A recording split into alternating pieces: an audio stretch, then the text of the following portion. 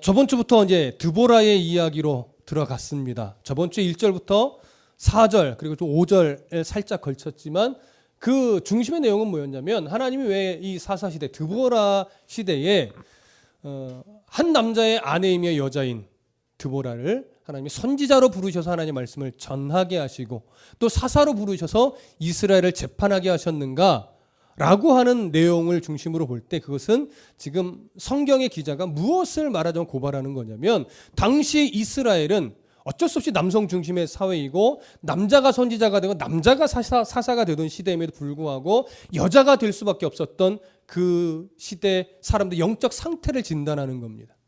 남자들 중에 선지자로 부르실 만한 사람이 없고 남자들 중에 사사로 불러서 재판을 하게 하고 이스라엘을 구원에 이르게 할 만한 그러한 신앙의 사람이 없었다는 것, 그 부분이 강조되었습니다. 그래서 더 우리가 봤던 게 뭐냐면 그들이 20년간 고통에 철병거가 무서워서 고통의 압제를 받을 때 20년 만에 부르짖는 그 부르짖음의 중심에 뭐가 있다? 하나님 살려주세요라고 하는 입술은 하나님께로 열렸지만 뭐는 없다? 하나님이 없고 철병거에 대한 두려움만 있더라. 결국 오늘날 우리가 하나님을 믿는다 하면서도 하나님보다 더 두려워하는 그것, 하나님보다 더 걱정되어지는 그것이 아직도 우리가 떨쳐버리지 못한 철병거라는 것, 그것이 우리가 저번 시간에 강조되었던 내용입니다. 이제 오늘은 그래서 하나님이 그런 시대의 영적인 경종을 울리기 위해서 여자인 드보라를 선지자로 또 사사로 부르셨고 그를 통해 구원으로 이끌어가게 되는 과정을 우리가 이제 보게 될 것입니다. 하나님이 구원하기로 작정하면 평범한 농부였던 삼갈이 소치는 막대기 하나라도 블레셋을 물리치고 이스라엘을 구원할 수 있으며 또 여자인 드보라를 하나님이 사용하셔서도 구원할 수 있음을 저번 시간에도 강조되었는데 이제 그 드보라가 어떻게 쓰임 받으면 하나님이 드보라를 통해서 어떤 메시지를 주시며 구원에 이르게 하는가 이제 그 부분을 살펴보게 됩니다. 4절과 5절 다 같이 읽어보겠습니다. 시작. 그때에 랍비돗의 아내 여선지자 드보라가 이스라엘의 사사가 되었는데 그는 에브라임 산지 라마와 베델 사이 드보라의 종려나무 아래 거주하였고 이스라엘 여손은 그에게 나아가 재판을 받더라. 자, 4절의 시작을 이렇게 하죠. 그때에 어느 때를 말하는 겁니까? 20년 동안 압제를 받다가 드디어 철병거가 무서워 하나님 살려주세요 부르짖고 있던 그때에 하나님이 그 부르짖음마저도 기다렸다는 듯이 누구를 통해 구원을 시키려고 해요? 드보라를 통해 이스라엘을 구원하게 하려고 합니다. 그러면서 이제 드보라 이야기를 하는데 랍비돗의 아내 여선지자 드보라가 이스라엘의 사사가 되었는데 어떤 의미인지는 저번 주에 나누었습니다. 저번 시간에 자 여자인 드보라를 강조하고 있고 그런 여자인 드보라를 하나님이 이스라엘의 사사로 세웠다. 불렀다. 이것을 지금 보여주는 겁니다. 그런데 5절은 이제 이렇게 연결하죠. 그 드보라는 에브라임 산지 라마와 베델 사이 드보라의 종려나무 아래 거주하였다. 이렇게 말을 하고 있습니다. 자, 라마와 베델 사이 익숙한 지명이 뭐죠? 베델이죠. 라마는 여러분 좀 익숙하지 않나요? 라마 하면 뭐가 생각납니까? 사무엘 선지자의 고향이죠. 사무엘서에 보면 사무엘 아버지가 어디 출신이라고 말하면 라마 다임 소빔. 이스라엘 성경은 지명이 어려워요. 라마다임 소빔.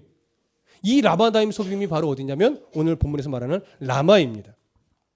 그렇기 때문에 이 라마는 사무엘 선지자의 고향이 되는 곳과 동일한 지역입니다.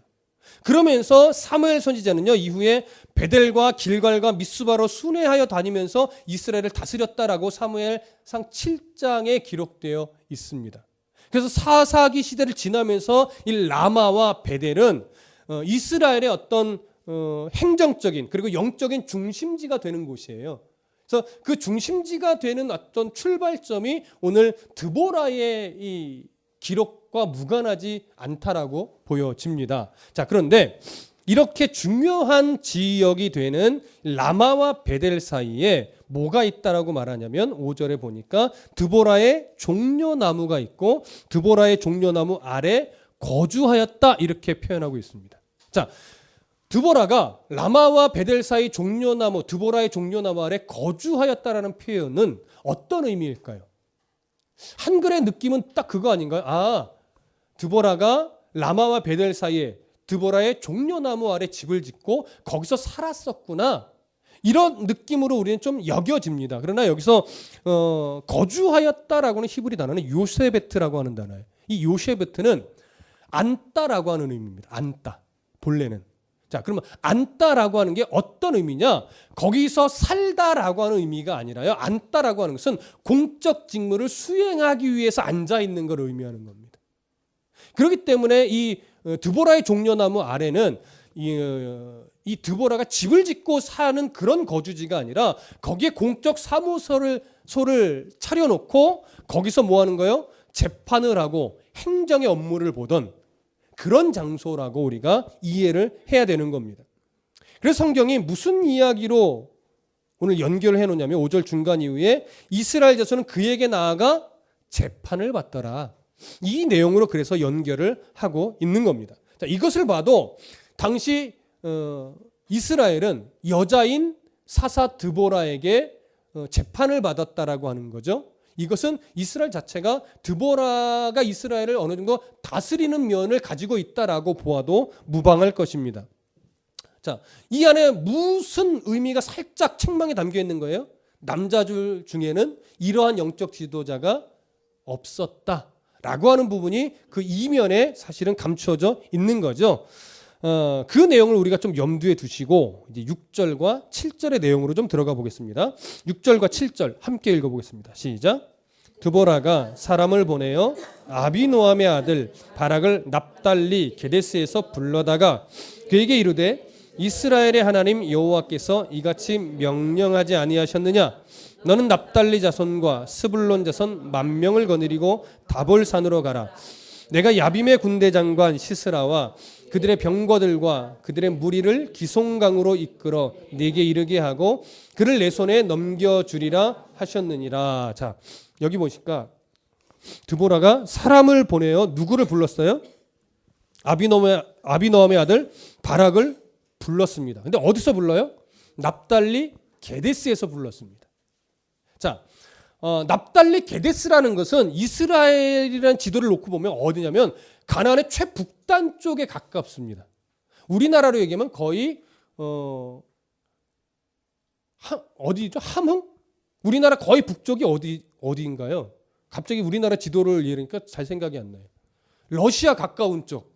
네, 하여튼 거기라고 칩시다. 그 정도 되는 위치예요. 근데 이 드보라는 어디에 있냐면 가나안 중부에 있어요. 가나안 중부. 지금으로 얘기하면 서울에 해당이 되는 거죠. 근데 그 먼 거리에 있는 바락을 불러와요. 왜 하필 바락을 불렀을까요?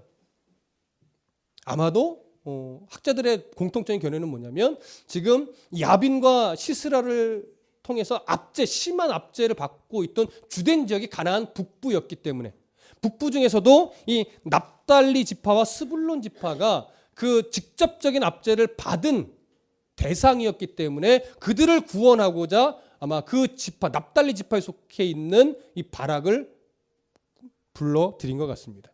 왜냐하면 그를 통해서 하나님이 이 압제받는 납달리 지파와 스불론 지파를 구원에 이르게 하고자 하는 하나님의 계획이 있기 때문에 그런 것으로 여겨집니다. 그런데 바락을 부르면서 드보라가 이렇게 표현해요. 이스라엘의 하나님 여호와께서 이같이 명령하지 아니하셨느냐? 자, 이 어감은 이전에 이런 명령을 한번 했었단 얘기인가요? 지금 처음 한다는 얘기일까요? 그렇죠. 여러분, 우리나라 어감으로 봐도 하나님이 이같이 명령하지 아니하셨느냐? 이 얘기는 이미 바락에게 이 하나님의 명령을 한번 전한 적이 있었다는 얘기예요. 근데 그때는 어떻게 반응했었을까요? 우리가 딱 표현되어 있지 않아도 바르게 즉각적으로 순종하여서 네, 알겠습니다. 제가 그 명령에 따르겠습니다. 이렇게 반응했다는 거야? 반응하지 않았다는 거예요?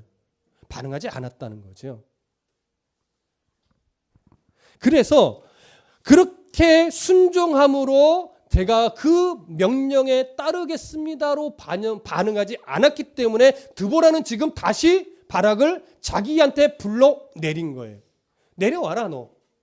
내가 구체적으로 할 말이 있으니까 내려와라 이거죠. 그래서 그 먼 거리 북쪽에 있는 바락을 중부 지역으로 지금 불러온 겁니다.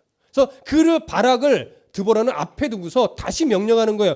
이스라엘 하나님 여호와께서 이같이 명령하지 않으셨느냐. 내가 다시 얘기할 테니 잘 들어라. 너는 납달리 자손과 스불론 자손 10,000명을 거느리고 다볼산으로 가라.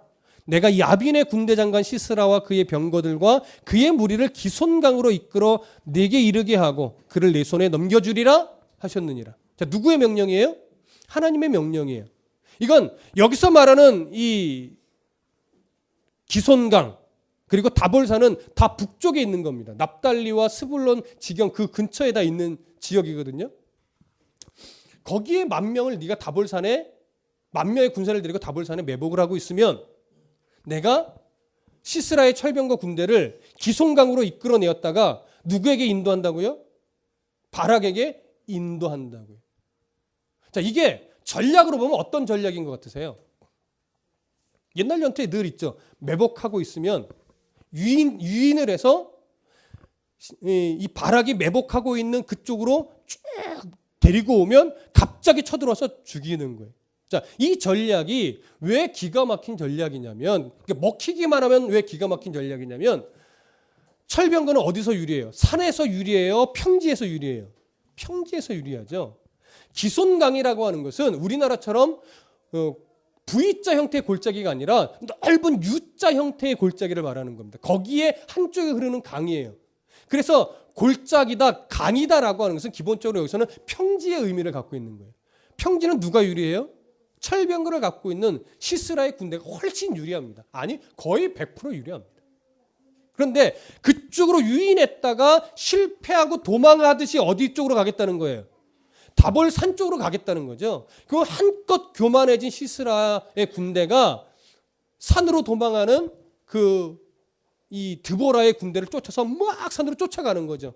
그러면 매복하고 있던 바락의 10,000명의 군사들이 이제 그를 앞뒤로 포위하든지 어떻게 하든지 다시 갑작스럽게 쳐들어와서 공격할 때 산에서는 철병거가 제 기능을 발휘하지 못하니까 충분히 뭐가 있는 거예요? 승산이 있는 거죠.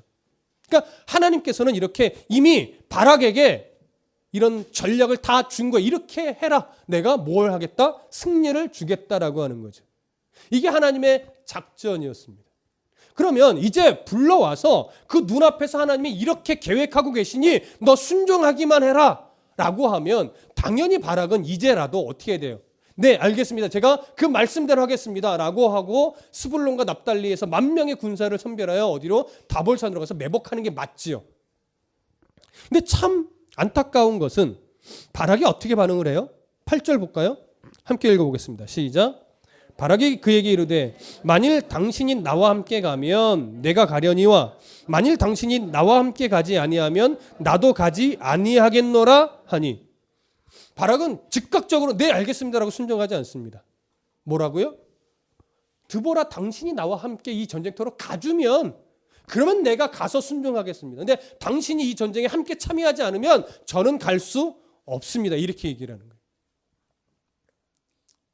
2번이나 불러서 이 명령을 구체적으로 이렇게까지 주는데 왜 바락은 이렇게 반응할 수밖에 없었을까요?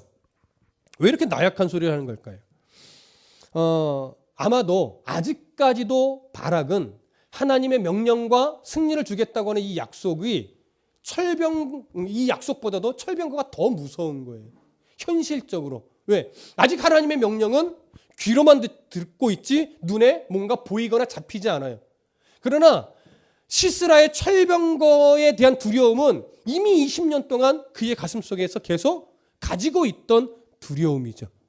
그러니까 하나님이 분명히 보여주고 들려주고 명령을 줬음에도 불구하고 아직 자기 눈에는 확실한 뭔가가 없으니까 두려움이 해소가 안 되는 거예요. 지금 그가 데리고 갈 10,000명의 사람들은 솔직하게 군사훈련을 제대로 받은 10,000명일까요? 군사훈련을 제대로 받은 10,000명이 아니에요. 똑같이 시스라의 철병거가 두려워 압제받고 고통받던 백성 중에 그저 좀 싸울 줄 아는 사람 1,000명을 모은 거란 말이에요. 그걸로는 불안하지요. 용사도 아니에요.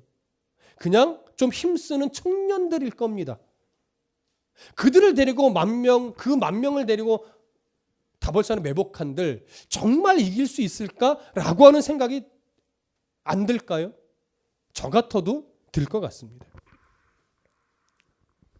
그래서 지금 바락은 누구를 의지합니까? 드보라를 의지하고 있는 거예요. 이게 참 아이러니컬한 거예요.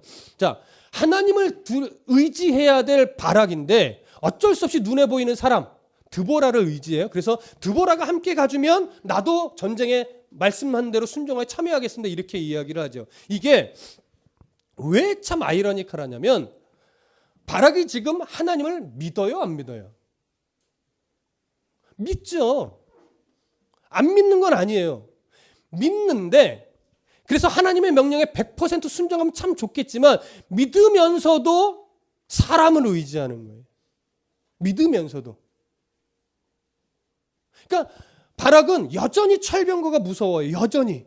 하나님의 약속을 받았어요. 알아요. 근데 여전히 철병거가 무서워요. 근데 분명한 진리는 알아요. 하나님이 함께 하시면 승리할 수 있다. 이건 알아요. 근데 드보라가 함께 해야 승리할 것 같아요. 자기 혼자 전쟁터에 나갔다가는 하나님이 자기와는 함께 하시지 않을 것 같아요. 그래서 하나님의 선지자로 하나님의 사사로 부르신 드보라가 함께 가면 하나님이 드보라 때문에라도 승리를 주실 것 같은 거죠.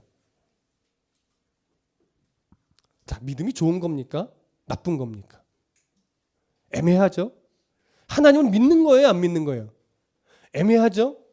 믿긴 믿는 거예요. 그러나 세상은 여전히 두려운 거예요. 여러분, 이게 딱 우리의 신앙 아닙니까? 여러분들 중에 하나님 싫어하는 분 있어요? 하나님이 구원자라는 걸 모르시는 분 있어요? 주님이 날 위해 십자가에 죽으셨기 때문에 우리가 천국 간다는 사실을 모르는 분 있습니까? 우리가 이 땅에 못을 받고 살아가는 자가 아니라 우리의 소망은 하나님의 나라, 결국 우리가 끝내 가게 될 그 나라에 우리의 모든 영원한 소망이 있음을 모르는 사람 있습니까? 그러면 그걸 알면 세상에 어떤 형편도 두렵거나 무섭거나 그것 때문에 전전긍긍하지 않을 여유가 있습니까? 그렇게 말할 수 있는 사람 없죠. 우리는 하나님을 사랑하고 우리는 분명히 믿음이 있고 하나님만 계시면 우리는 전부를 얻은 겁니다라는 고백을 하지만 여전히 세상 때문에 힘듭니다. 여전히 세상의 이 현실이라는 무게는 사실 무겁습니다. 그래서 우리는 바락을 쉽게 생각하면 안 됩니다. 어떻게 보면 바락의 신앙이 우리의 신앙이에요.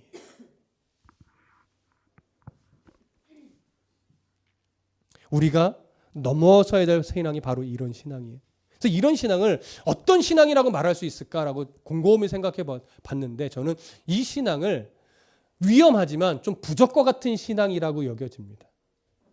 왜 부적과 같은 신앙이에요? 눈에 확실하게 보이는 뭔가를 주셔야만 내 마음이 안정된 그런 신앙. 사무엘 시대에 보면 사무엘서 4장에 이런 내용이 있어요. 사울 왕이 아직 세워지기 전인데 엘리 대제사장이 영적으로 많이 어두워졌어요. 그때 블레셋과의 전쟁이 일어납니다. 근데 일단 그 첫 번째 전쟁에서 패해요. 그랬더니 이스라엘의 장로들이 야 이래서는 안 되겠다. 우리가 왜 패했을까? 생각해 보니까 전쟁터에 언약궤를 안 가져간 거예요. 그래서 언약궤를 전쟁터에 앞세우면 승리하겠지. 그래서 엘리의 두 아들 홈리와 비나스가 언약궤를 메고 전쟁터로 나갑니다. 그 이스라엘의 장로들은 무슨 생각을 한 거예요? 언약궤만 앞세우면 승리할 수 있겠지. 하나님이 아니라 언약궤를 앞세우면 승리할 수 있겠지. 언약궤를 뭐처럼 생각한 거예요? 부적처럼 생각한 거예요. 그렇게 전쟁터에 나갔다가 여지없이 전쟁은 패배하고 언약궤는 블레셋 사람들한테 빼앗기는 그 소식 때문에 엘리 대제사장이 쓰러져 죽는 이런 일들이 사무엘서 초기에 기록되어 있는 거죠. 이런 걸 바로 부적과 같은 신앙이라고 하는 겁니다. 여러분 종종 우리 믿음의 어떤 성도들 사이에나 아니면 주변에 믿는 사람들 얘기를 종종 들어보면요. 이상하게 이런 신앙을 가진 사람들이 있어요. 이런 거죠. 우리가 새해가 되면 우리 교회도 축복하라고 하는 이 하나님의 목회자를 통해서 가정마다 축복하라고 하는 어떤 축복의 은혜를 따라서 저도 안수기도까지는 아니지만 가정마다 또 성도마다 축복 기도를 해드리죠. 근데 제가 축복 기도를 안 해드리면 한 해가 좀 찜찜하십니까? 어떤 분은 이런 거 있는 거예요. 새해 1월 1일 송구영신 예배를 드리고 목사님한테 축복 기도를 안 받으면 한 해가 찜찜해. 옳은 거예요? 그른 거예요? 옳지 않죠. 이왕이면 목회자도 즐겁게 하나님 이 가정을 사랑하니까 성도를 사랑하니까 새해 이 올해는 하나님의 은혜로 가득하게 해달라고 축복 기도를 하지만 그 축복 기도를 받아야만 여러분이 한 해가 잘 되고 안 받으면 한 해가 안 되고 이런 건 아니란 말이에요. 하나님이 주신 축복의 은혜를 나누는 거죠. 근데 이상하게 새해가 돼서 목회자한테 축복 기도를 안 받으면 왠지 찜찜해지는 그런 신앙이 돼서는 안 돼요. 그런 유의 신앙. 마치 뭔가 답답한 일이 생기면 은사자를 찾아가서 뭔가 예언의 은사자를 통해서 뭔가를 들어야 좀 마음이 개운해지거나 뭔가 답답할 때는 기도원에 들어가서 며칠 막 부르짖고 내려와야만 마음이 개운해지거나 위험한 신앙입니다. 기도원에 가서 기도하는 게 나쁜 게 아니라 내가 섬기는 교회에서도 충분히 기도의 은혜를 느낄 수 있어야 되는 거예요. 근데 그게 안 돼놓고서 기도원에 가야만 속이 시원한 신앙이 돼버리면 그건 지금 현재 우리 안에 부적과 같은 신앙이 비집고 들어와 있는 거예요. 그런 신앙이 돼서는 안 됩니다. 내가 지금 하나님을 사랑하고 그 하나님이 나를 사랑하고 계시다라고 하는 이 신뢰 이거 하나만 갖고도 우리는 어떻게 돼야 되냐면 더 안정되고 더 든든하고 더 굳건한 삶의 한 걸음을 걸어가실 수 있으셔야 되는 거예요. 그게 우리가 바라봐야 될 신앙입니다. 근데 지금 바락은 아직 그 경계선을 넘어내지 못한 거예요. 더 안타까운 것은 뭐냐면 하나님께서 이 전쟁 승리의 주역으로 누구를 지금 선택하신 거냐면 바락을 선택하신 거예요. 그래서 바락을 통해 전쟁의 승리도 주고 그 다음에 전쟁에서의 영광까지도 바락이 누리게끔 하나님이 선택하여 불러내신 건데 문제는 뭐냐면 바락이 그 하나님의 선택을 신뢰하지 못하고 불안함으로 드보라를 의지해서 드보라가 함께 가달라고 요청한 거죠. 그랬을 때 이제 하나님이 드보라를 통해서 바락에게 무슨 말씀을 주시느냐? 9절 다 같이 읽어보겠습니다. 9절과 10절 읽을게요. 시작. 이르되 내가 반드시 너와 함께 가리라. 그러나 내가 이번에 가는 길에서는 영광을 얻지 못하리니 이는 여호와께서 시스라를 여인의 손에 파실 것임이니라 하고 드보라가 일어나 바락과 함께 게데스로 가니라. 바락이 스불론과 납달리를 게데스로 부르니 10,000명이 그를 따라 올라가고 드보라도 그와 함께 가니라. 자, 드보라가 무슨 말을 해주냐면 그래 네가 원하는 대로 내가 분명히 전쟁터에 함께 하겠다. 그러나 이 네가 이번에 가는 길에서는 뭘 얻지 못해요? 영광을 얻지 못한다. 그러면서 이는 여호와께서 시스라를 여인의 손에 파실 것임이라 이렇게 말하는 겁니다. 이 말은 뭐냐면 하나님께서 바락을 통해서 전쟁의 승리는 주실 거예요. 근데 전쟁의 영광은 너에게는 이제 주지 않을 거다 이 얘기를 하는 겁니다. 당시의 전쟁에서 이 영광이라는 건 뭘 의미하냐면 영광이라는 것은 적장의 목을 베는 게 전쟁의 최고의 영광입니다. 전쟁의 적장의 목을 베는 것. 그러니까 하나님은 처음부터 전쟁의 승리도 바락을 통해서 적장의 목을 베는 영광까지도 바락에게 주려고 하신 거예요. 그래서 부른 거고 그래서 명령을 주신 거예요.